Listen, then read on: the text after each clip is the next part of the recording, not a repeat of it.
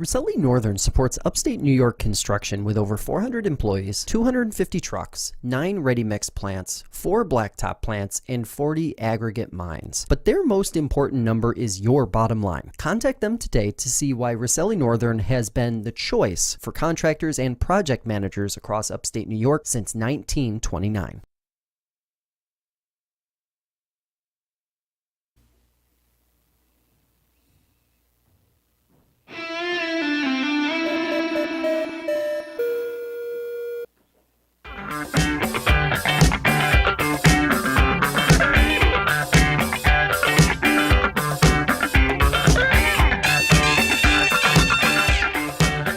Hello, everybody. Welcome into the FL1 betting podcast here on FingerLakes1.com. I am Paul Russo, joined as always by Jim Sinicropi and Kyle Evans. Here to recap our picks from last week, week 2 of the NFL slate. We got a big slate of some ranked college football games this weekend. We'll touch on those quickly. And, of course, our picks for week 3 of the NFL season. And I know not to give too much away, but at least in my case, week 4 of the college football slate as well. So, gentlemen, how have things been this week for you? It's been good. It's kind of hard to believe it's already week 3. Things are flying. They always do, it seems like. And, you know, you look at the calendar, we're getting close to October. Yeah. It's fall weather coming up probably, although it's been warm this week, and I'm just excited. Thursday nights, Saturday night, Sunday night, Monday night. I mean, it's all football games. Some live betting, some same-game parlays for the primetime games. I mean, it's great. I missed it. Yeah, can't beat it. A lot going on this time of year, not just football, but nonetheless, a lot of action to get to. So let's take a look at our picks from last week. There we go. Jim, unfortunately, back-to-back 0-3 week for you. So I'm off Iowa under, as I said last week. That's obviously not a thing anymore. The Cowboys were a freaking joke. I mean, but predictable. True. And then the Rams, holy cow. They go to overtime at the Lions. Yeah. And then won in Arizona, or lost in Arizona for the first time in 8 tries, and it wasn't even close. So some of my picks this week are actually related to maybe overreaction, underreaction to some of the teams in the NFL over the first 2 weeks. Mm-hmm.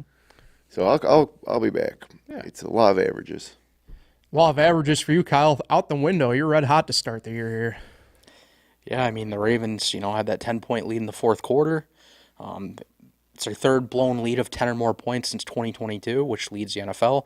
So basically, if they have a lead, you should be scared in the fourth quarter. Yeah. So that was my only loss. The Jets bounced back as I expected. The Panthers, oh my God, they are bad. The Chargers rolled past them as expected. So yeah, it was a good week.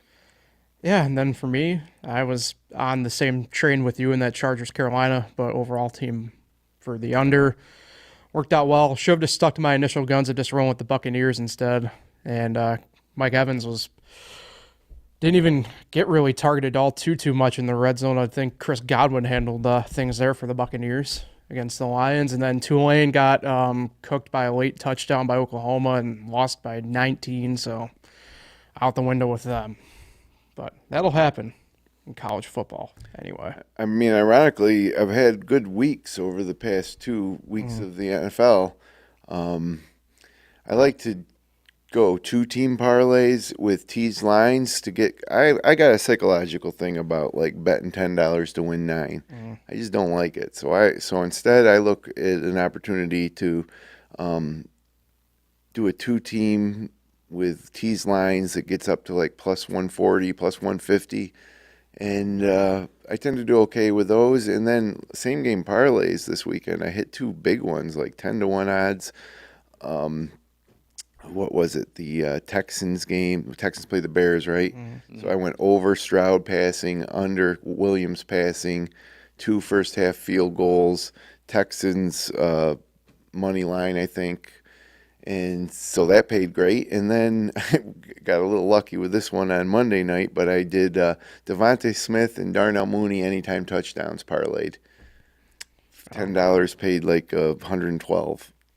Some may call it luck, but I mean, with especially with A.J. Brown out right now, he's really only I felt better about Smith than Mooney, but Mooney, he's on my fantasy team too, and he didn't do anything week 1, and I just thought that was kind of an aberration, that Cousins was going to be throwing it around a little more. It took a while, but he hit Mooney late for a deep touchdown. I could have done the same thing with Drake London, except London's odds for an anytime touchdown weren't very good. Mooney was like plus 400. So anyways, it worked out. But my philosophy on that is with those 2-team parlays, which I do a lot for college basketball too, if you bet 4 of them and you win 2 of them, you're making money. And with the bigger odds that I kind of like to do for the same game parlays, you hit 2 out of 10 and you're making a lot. You're doing really. You've almost doubled your money. Just 2 out of 10. So, anyways, it was good to hit 2 in the same weekend, and haven't deposited into my DraftKings account since late September of last year. Well, it's hard to really complain about that. And I've been able to take some out a couple occasions. So, but these single game Thursday picks are killing me. I'm going to do better this week. Yeah, I need to address my NASCAR stuff from last week. I know Tyler Reddick in the race got spun out midway through and couldn't recover. He was part of a late race caution. And my top 10 pick that I had for everybody, Todd Gilliland, he didn't even sniff the top 10 all race. He had a rough weekend, didn't have the speed all weekend. And what are you going to do?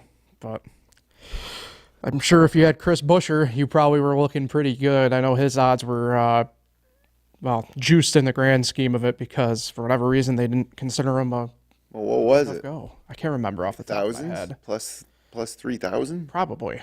I couldn't remember off the top of my head. Seems to me like a NASCAR road course race like at Watkins Glen is a good spot to pick a long shot. Yes and no. It's tough because Watkins, they call it the super speedway of road courses because it's a high-speed road course track. And it's not as technical in that sense as, say, Sonoma, and now I'm getting really in the weeds for maybe Boris said doesn't still race, does he? He actually ran what is probably his last NASCAR race in Portland this year in the Xfinity Series. So, He's always actually, no, not Portland, Sonoma, actually. Yeah. I love Boris. His son's actually, if you want to feel in the old department like even I do with this, his son is a really good Trans Am racer, just like Boris. So we'll see. I'm sure he'll get a shot too. There's a couple of them, and not to get too far in the weeds, but do you remember the name David Green by chance? Or his son runs the Xfinity race. He finished 11th actually this past weekend at Watkins Glen. So yeah, and he's running Bristol this weekend in the Xfinity race as well. So something to keep an eye on, huh, Kyle? Yeah, I don't know anything about. Kyle with no idea who I'm talking about. I don't even know the names. You probably don't even realize the name that I'm going to tell you right here. Mike McLaughlin. I wore an old Mike McLaughlin hat on Saturday. My dad wore a Mike McLaughlin shirt on Saturday. Did any notice for it? Shout out? Nobody said anything. The only time I've ever had Magic shoes. The only time I've ever had anybody say anything to me about it was in Richmond like 5 years ago when I wore the hat one time. So small world. Anyway, back to our regularly scheduled stuff here. College football, pretty big weekend. We have 4 ranked games head-to-head wise. Kicks off Friday with 24 ranked Illinois at number 23 Nebraska, Big Ten matchup. And then goes into Saturday, number 11 USC at number 18 Michigan, number 12 Utah at number 14 Oklahoma State, then number 6 Tennessee at number 15 Oklahoma. A lot of big implications obviously there. But betting-wise, some tantalizing stuff because, at least for me personally, and I'm not a fan of this, 3 of those 4 games I prefer the road team. And it's not always great when I say those, especially in ranked matchups, because not to say it's a toss-up, but especially in the case of really, say, like that Utah-Oklahoma State matchup, there's big conference implications going on there, and it's a tight line, depending upon which book you're looking at. Utah's getting 3 points. Oklahoma State is minus 2.5. It's one of those things where it's like you have to kind of play your cards right. Almost, something that we talk about a ton here almost turns into like a live bet option more than anything else, and not so much pregame. There's a couple other big games too I want to make a note of here. Not necessarily ranked head-to-head, obviously, but number 13 Kansas State, they're at BYU. It's 2 3-0 teams, Big 12 teams. BYU has been receiving votes as well, so it's one of those things where it's like, they could be realistically ranked at the end of the week, depending upon what happens. Number 8, Miami is at South Florida. South Florida is one of the better G5 teams this year. Georgia Tech's at number 19, Louisville. Tech is 3-1. Louisville undefeated at 19. There's ACC implications on that.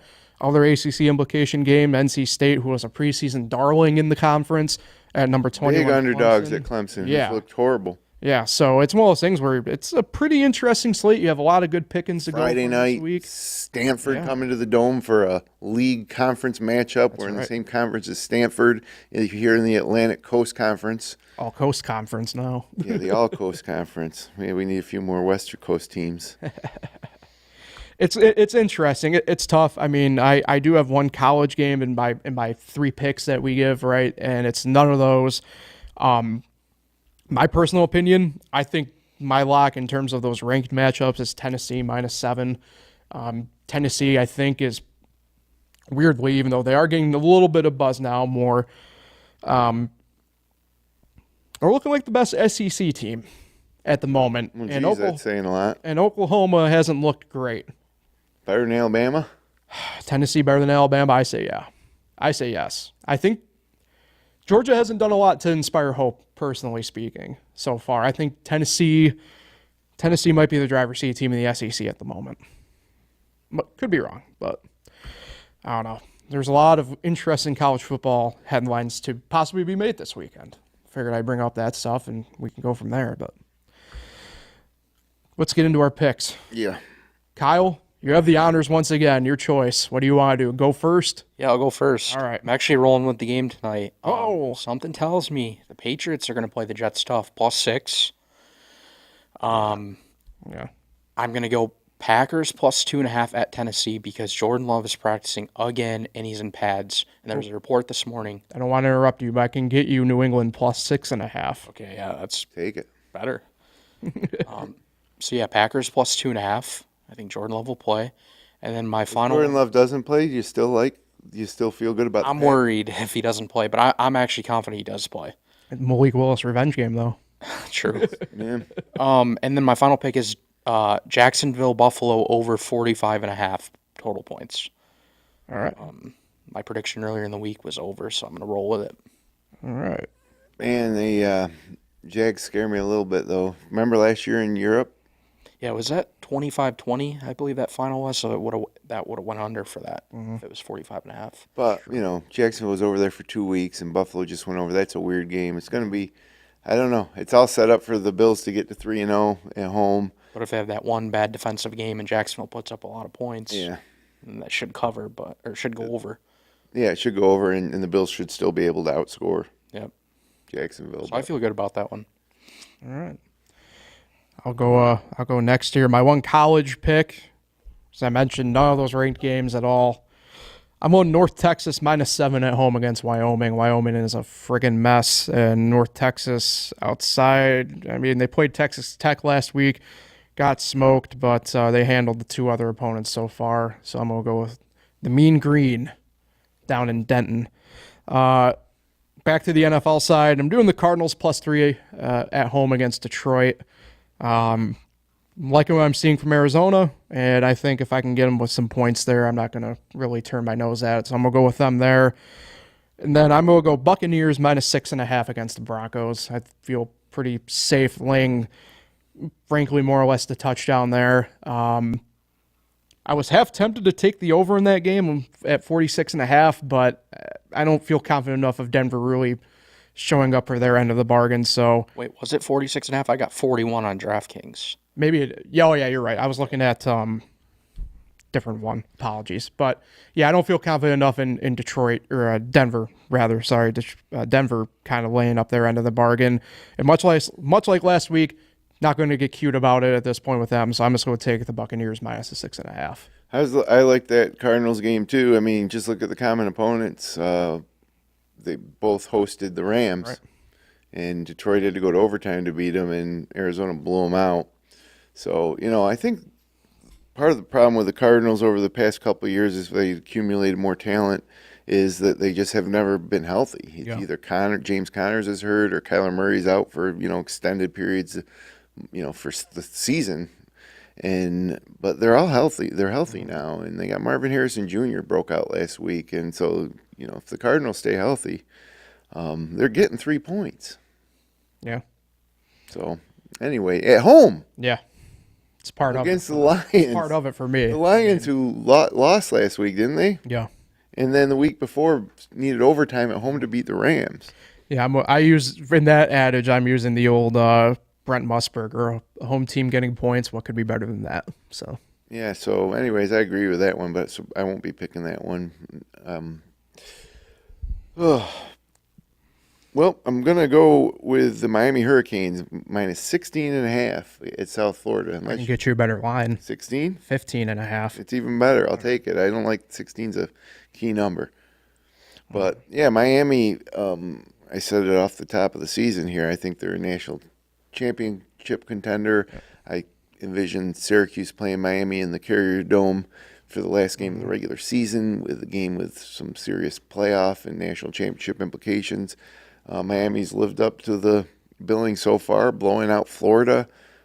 Blew out Ball State 62-0 in Florida A&M, but that Florida game was big. I think the line on that was somewhere around 4 or 5 points, and they won by 24. Yeah. So it is a big line, but I like to go with something while it's working, and I'm sticking with the Hurricanes.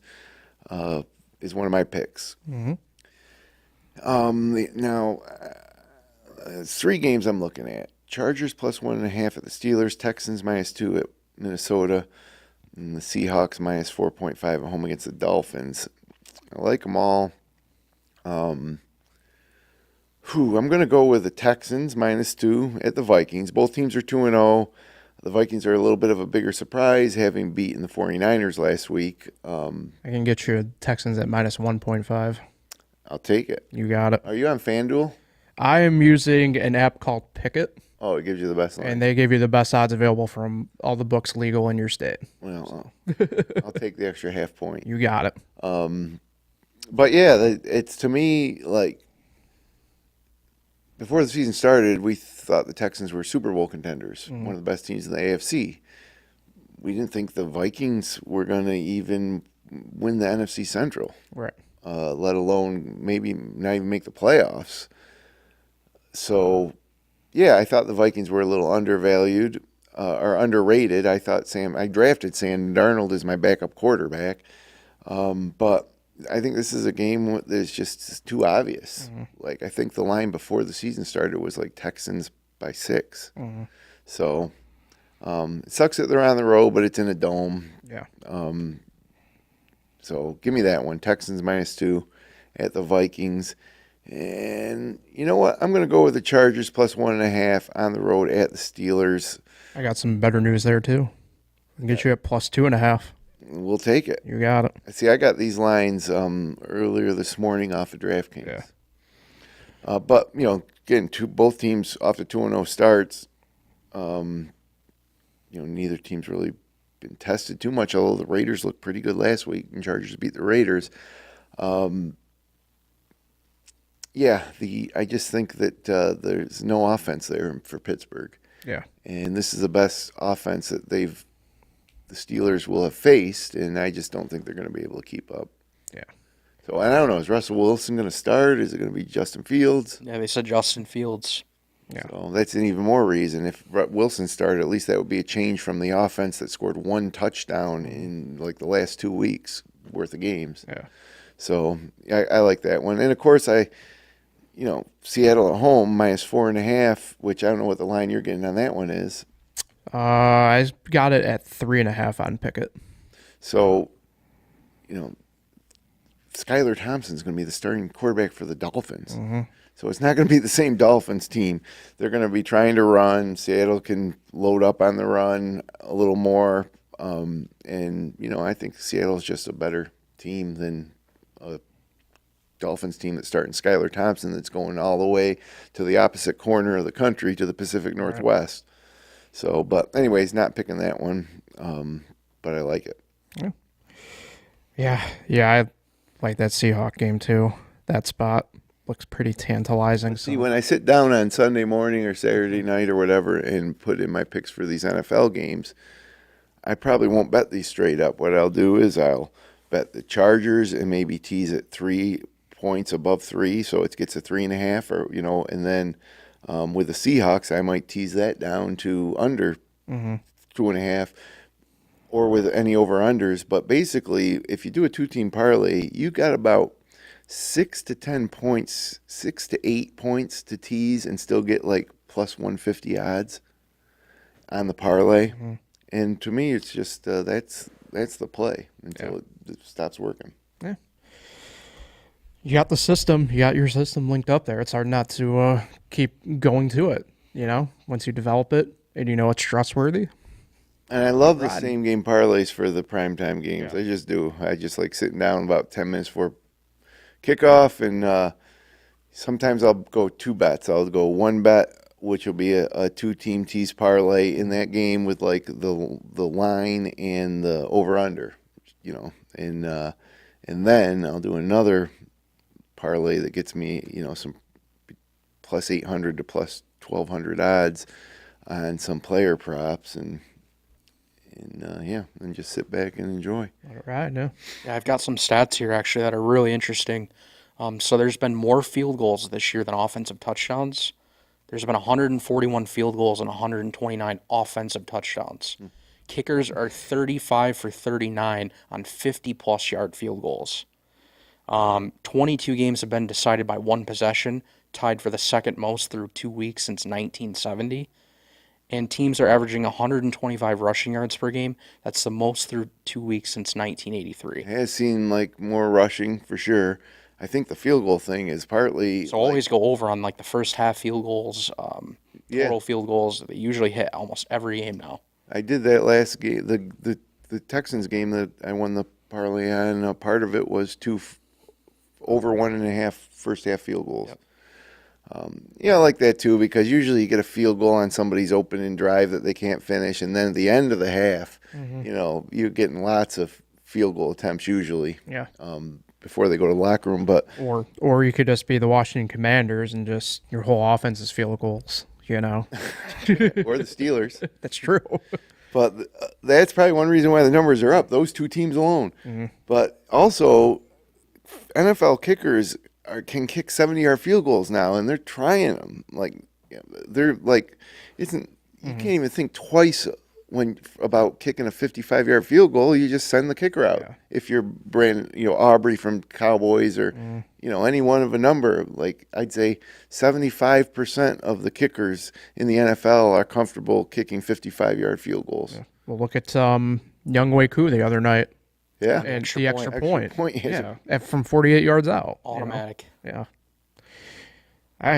You want to know what? It's one of those things you have to stash in the back pocket and always keep in mind. Trends to follow, though, because after 2 weeks and this many games, it's definitely not like a anomaly. It's like a change of philosophy amongst NFL coaches. Yeah. But I think we talked about it last week, too. I think coaches early in the season, and early in ball games early in the season, they tend to want to feel like they control things a little bit. Yeah. And it's nothing. Running the football is ball control offense. And I think as the season goes on, it'll loosen up a little bit more, because the NFL is still a pass-first league now. It's just the way the rules are all set up. Yeah. So one thing you can do is start looking at like player props for rushing attempts. That seems to be hitting for me a lot lately. Like Saquon on Monday night. Tonight, Ramondre Stevenson has like 16.5, I think, and he's averaging 23 through the first 2 weeks. And they're playing the Jets. They're probably not going to be able to pass very well through the air. Yep. With their secondary. So like that might be something to look at for tonight. And yards, it's tough with yards because a running back can run the ball a ton, but just not get the yardage. So I like rushing attempts the most. Yeah, I like rushing yards for backup running back sometimes. I actually like rushing and receiving yards combined because for the backups, because like let's say Kenneth Gainwell for Philadelphia, he's going to be in there and get either through the air or ground 3 to 5 touches. Yeah, and so if his over under was usually somewhere around 12, maybe rushing and receiving a little higher, And you just need that one play, that 1 3rd and 7 that he breaks it off for 12 yards. And, so I just sometimes feel like that's the way to go rather than, Derrick Henry over 80 yards rushing. Yeah, I mean, the options are pretty deep, which is nice in that sense. And, hey, I mean, especially the way just running backs in general are kind of used now in a way, right? I mean, why not go with the double dip route? That way, say something stupid happens, right? Like, they only end up with like 25 yards of rushing, but they end up with like 65 reception yards, you know, kind of something like that. So, and that's obviously the case for certain. Like, I would never, I try to think of a guy like Isaiah Pacheco who's out. I don't want to bet just his rushing yards. I want to bet rushing and receiving. Yeah. And it is a higher number, obviously. But, he can get them either way. So I don't want to see them getting passes dumped off to him that aren't helping me reach my number. But definitely, the betting public tends to bet overs more than unders. And that's true with player props. Yeah. Like I got Caleb Williams under passing yards as part of my parlay, and I felt pretty good about that. It'd be interesting to see Kyle too, like based on over and under for passing yards, how the league is doing against the books. Yeah, like Aaron Rodgers is set at 215.5. With the Patriots defense being pretty solid, and you wonder if he goes under. Did he go over in that San Francisco game? I don't think he did. And then even last week, he wasn't impressive. I mean, Aaron Rodgers just hasn't been impressive. I know it's 2 weeks in. It's still the Jets. Yeah, and then if you look at maybe his like passing attempts, I'm trying to find it right now. I thought it's at 30.5. I don't know. I would just maybe look at something like that. See, when I see that, I will take that, and I will probably go under 240. I'll tease it. Or do the alternate line and then parlay that with something else like 2 first-half field goals. But those under on those lower passing totals are scary because next thing you know, here's Garrett Wilson streaking down the sideline for an 80-yard touchdown pass, and your ship is sunk. And they're due because he's been throwing to Lazard a ton and not Wilson. And so one of these games are going to connect. Yeah, and Lazard, anytime touchdown, I think is plus 200 to 300. What do they got it at? It's at plus 310. Yeah, so I bet you if you looked at that week 1 before the week 1 game, it was probably plus like 600 or 700. So, I don't know if obviously Rodgers likes him. So, yeah, I mean, freaking Rodgers is weird anyway. Freaking, it's like Randall Cobb last year. All of a sudden turned into like a number 1 again. That stuff matters. That stuff matters. Aaron Rodgers is kind of leaning on him. He got a good rapport, knows where he's going to be, when he's going to be open. That stuff definitely does mean something. Yeah. Try to think of other players, in the league that have that, maybe an undervalued wide. Well, look at Shakir for the Bills. Yeah. Last year, especially, and they've had all this turnover. Diggs and Gabe Davis were the big stars for the Bills receiving corps, but last year, all of a sudden, Allen really started to develop a rapport with Shakir, and he's the one guy left. And their leading receiver the first 2 games. Yeah. Yeah. No, I just was going through the game tonight to see what Lazard's best odds were around, and you can give him plus 400 for an anytime touchdown on, I think that's Resorts World, so... But yeah, anything touchdown time is tough too because like it could be a 16 to 13 game tonight. Yeah. And so where are you going with the anytime touchdowns? 1 or 2 a game, you'd be lucky. That's why I was really lucky to get that one the other night. And I usually don't do touchdown parlays, but I think that DraftKings offered a bonus for anytime touchdown parlay for that game. So, anyways. Yeah. Yeah, the over-under tonight's 38.5. So they think it's probably going to be like a 17, or like a 20 to 17 game. I mean, that's I'd lean 37. under. I'd lean under. Yeah. Tease it though, like, like that's just like tease it and parlay it with something else you teased, and now you've got better chances on both bets than Vegas thinks. And Vegas is very good. Yeah. Usually, They know. Vegas I mean, knows. just to give you an example, one thing that makes me not want to bet the Seahawks against the Dolphins is that the odds makers have a pretty good handle on Seattle this year. They beat the Broncos 26-6 or 26-20 as 6-point favorites, and then they beat the Patriots 23-20 after closing as 3-point favorites. So the odds makers with the two Seahawks games this year have been spot on. Yeah. But you throw in the intangible of Skylar Thompson starting for the Dolphins instead of Tua, and it's tough to. I'm surprised the line isn't even maybe a little bigger. But you know, is the Dolphins defense anything special? They got shredded by the Bills. Yeah, and in week 1, they certainly had their struggles early on with Jacksonville. So it's the beauty of football. We'll all find out for sure by the end of Monday night about everything. So Two Monday night games. Yep. This week. Yeah. Full slate. A big 1 o'clock and 4 o'clock slate this week, I think, too. Yeah, pretty balanced. I think it's like 7 in the 1 o'clock window and 4 in the Wow, even window. better. 5 7 and 5. 7 and 5, yeah. Five, You see 4 5 4 o'clock. o'clock games. That's awesome. And followed by the Sunday night game and then doubleheader on Monday night. Please do that every week. 7 and 5. Now the bye weeks are going to stop that momentum. Yeah. You know, when the bye weeks start, there's a noticeable drop in quantity. Will they start next week? Probably got to start pretty soon. Yeah. So, Yeah. yeah. Oh, well.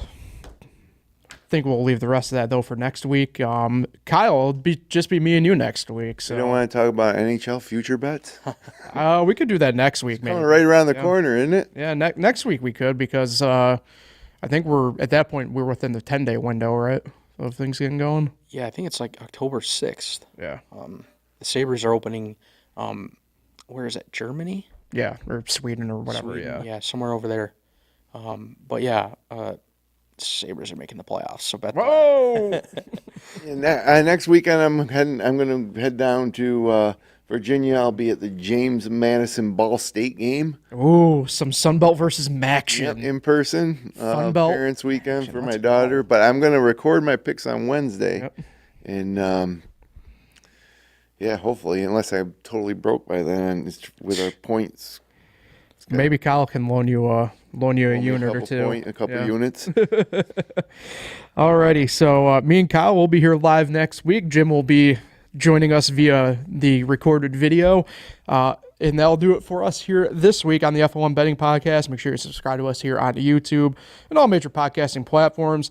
Also, by doing that, you can find all our other great content we got coming as well. And good luck with your picks, everybody, this weekend. Have a great weekend. We'll talk next week.